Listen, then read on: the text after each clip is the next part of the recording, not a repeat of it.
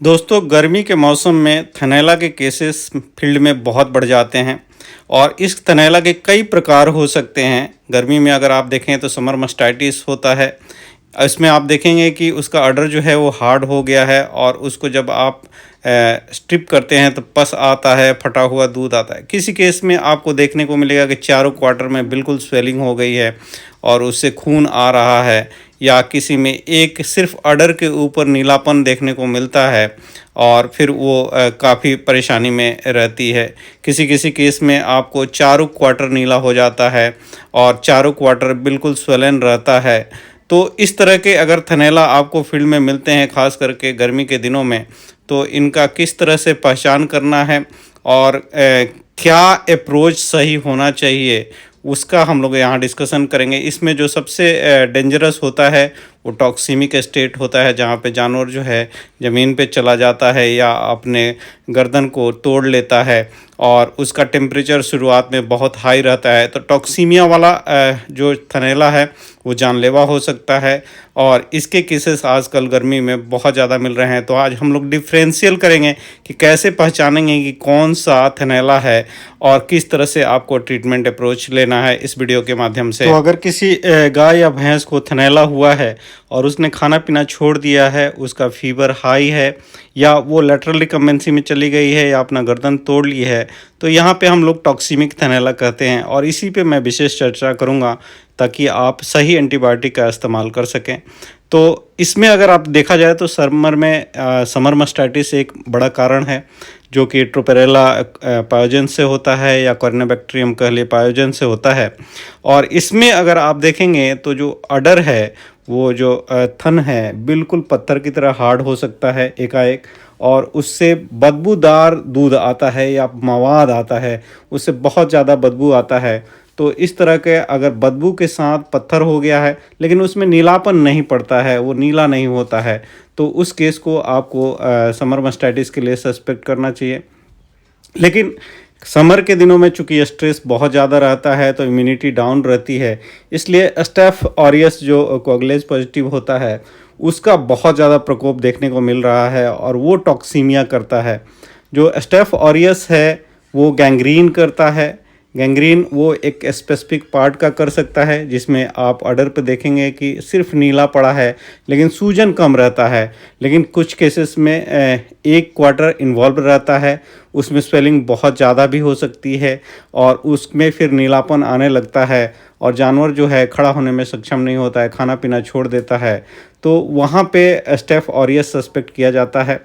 Staph aureus suspect करेंगे तो इसमें मिल्क क्वालिटी बिल्कुल अल्टर हो जाती है, यानी कि जो मिल्क होगा, अगर आप स्ट्रिप करते हैं तो ब्लड तो आता ही है, वाटरी न होने के साथ साथ आप देखेंगे तो मिल्क में उसके थक्के जमे हुए होते हैं, यानी कि फटा हुआ दूध आता है। वो टिपिकली डिफ्रेंशिएट कराता है ई कोलाई से, जहाँ पे मिल्क में बहुत ज़्यादा चेंजेज नहीं आता है, यानी कि मिल्क के थक्के जमे हुए नहीं आते हैं, वहाँ वाटरी मिल्क हो जाता है। वहाँ भी स्वेलिंग होगा, गैंग्रीन होगा, लेकिन वहाँ पे वाटरी मिल्क आएगा, थक्का जमा हुआ नहीं आता है। तो स्टेफ ऑरियस अगर आप सस्पेक्ट करते हैं, गर्मी में वो होता भी ज़्यादा है, तो उस कंडीशन में आपको ख़ास करके मेरा जो एक्सपीरियंस है, अभी सेफ्क्योनोम का आप लोग इस्तेमाल करते हैं। गर्मी के दिनों में ई कोलाई मस्टाइटिस होता भी बहुत कम है, तो उसको फिर आप सेफ्क्योनम से जब ट्रीट करेंगे तो उसमें फ़ायदा नहीं मिलता है, सेफ्क्योनम का रिजल्ट नहीं मिलता है। तो मैं रिकमेंड करता हूँ या तो आप स्टेफ ऑरियस को ट्रीट करना है तो सिपोपेराजोन, साल्वेक्टम या टैजोबैक्टम के साथ आप जा सकते हैं। इसमें स्टेफ ऑरियस में आपको फ्लोरोकिनोलॉन्स भी काम नहीं करते हैं। जैसे कि मैं बता रहा था कि दूसरे मस्टाइटिस जहाँ होते हैं, जैसे कि माइकोप्लाज्मा मस्टाइटिस है या ई कोलाई मस्टाइटिस है, वहाँ पे आप मार्वोफ्लॉक्सासिन या इनरोफ्लॉक्सासिन या ओफ्लॉक्सासिन इसका इस्तेमाल कर सकते हैं, लेकिन स्टेफ में बहुत ज़्यादा कारगर नहीं होते हैं। तो सेफ्क्योनोम और फ्लोरोकिनोलॉन्स का यहाँ अवॉइड करना होता है, यहाँ पे आपको रिजल्ट नहीं मिलेगा। तो बेहतर ये है कि आप सिफोपेराजोन के साथ जाएं, या क्रोनिक हो गया है तो वहाँ पे आप टिल्मिकोसिन के साथ जा सकते हैं, टिल्मोटिल के साथ जा सकते हैं। टिल्मोटिल जो है वो एक्चुअली कड़वा कर देता है दूध को और उसका विड्रॉल पीरियड 7 दिन तक का होता है। दूसरा जहाँ पे लगाते हैं अगर वो गलती से आईएम लग जाएगा तो फिर वहाँ पे स्वेलिंग करता है, तो इस बात का विशेष आपको ध्यान रखना होगा टिल्मिकोसिन इस्तेमाल करते समय। जिस स्टेज में एनिमल डाउन चला गया है यानी शॉक में है, टॉक्सीमिया में है, वहाँ पे आपको विशेष ध्यान देना होता है। सिर्फ आप एंटीबायोटिक का इस्तेमाल करेंगे या NSAID का इस्तेमाल करेंगे तो आपका केस सॉल्व होने वाला नहीं है। तो उसके इलेक्ट्रोलाइट का बैलेंस करना होगा और इलेक्ट्रोलाइट के साथ साथ आप उसके ब्लड प्रेशर को भी मेंटेन करेंगे, तब जाके आपका केस सॉल्व हो सकता है, वो जानवर जो है वो खड़ा हो सकता है। एक और तरह का थनैला मिलता है जिसमें गैंग्रीन रहता है, साथ ही साथ उसमें बदबू आता है लेकिन एयर फील्ड भी रहता है, यानी कि आप अडर में फील करेंगे तो या तो हवा भरा रहेगा या उसमें से चिरचिर का आवाज़ आता है। तो ये इंडिकेट करता है कि वहाँ पे क्लोस्ट्रीडियल इन्फेक्शन हो गया है।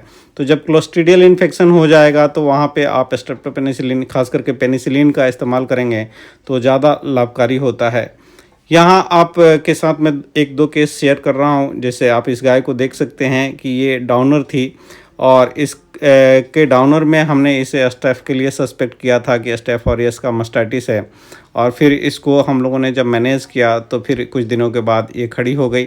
और यहाँ मैं इसलिए केस शेयर कर रहा हूँ ताकि आप लोगों को इसमें होप रहे कि इस तरह के केसेस को भी आप बचा सकते हैं और फिर आप उसको कंट्रोल कर सकते हैं। कम से कम उसकी लाइफ तो बचाई ही जा सकती है। गैंग्रीनस मास्टाइटिस में हो सकता है कि उसका अडर जो है वो सही ना हो पाए, लेकिन जानवर की जान बच जाती है और दूसरे और बाकी के क्वार्टर जो बचे हुए हैं उससे वो दूध देते रहता है। ये दूसरा केस है जो लेटरल लिगमेंसी में पहले था और अपने गर्दन को तोड़ रखा था। इस स्टेज में जनरली लोगों को लगता है कि ये केस बचने वाला नहीं है, लेकिन इस पे भी हम लोगों ने ट्रीटमेंट प्रॉपर किया और फाइनली ये जो केस है वो जा कर के धीरे धीरे करके खड़ी हो गई और आज ये अपनी ज़िंदगी जी रही है। तो इस तरह से अगर आप प्रॉपर अप्रोच लेंगे, हर मास्टाइटिस का मैंने वीडियो बनाया है, आप उसके ट्रीटमेंट के लिए उन वीडियोस को देखें, या अगर आप डिटेल में मेरे साथ जुड़ना चाहते हैं तो मेरे चैनल का मेंबरशिप आप ज्वाइन कर सकते हैं। 159 वाला मेंबरशिप जब आप ज्वाइन करेंगे तो उसमें मैं स्पेशल लाइव सेशन में इन सारी चीज़ों का डिस्कशन करता हूं कि ट्रीटमेंट अप्रोच किस तरह से लेना है।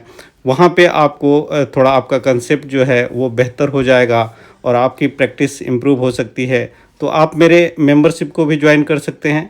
अगर ज्वाइन नहीं करना चाहते हैं तो इन सारे केसेस पे लगभग मैंने वीडियोस बना रखे हैं जिनमें मैंने ट्रीटमेंट गाइडलाइंस दिया है जो पॉसिबल ट्रीटमेंट हो सकता है।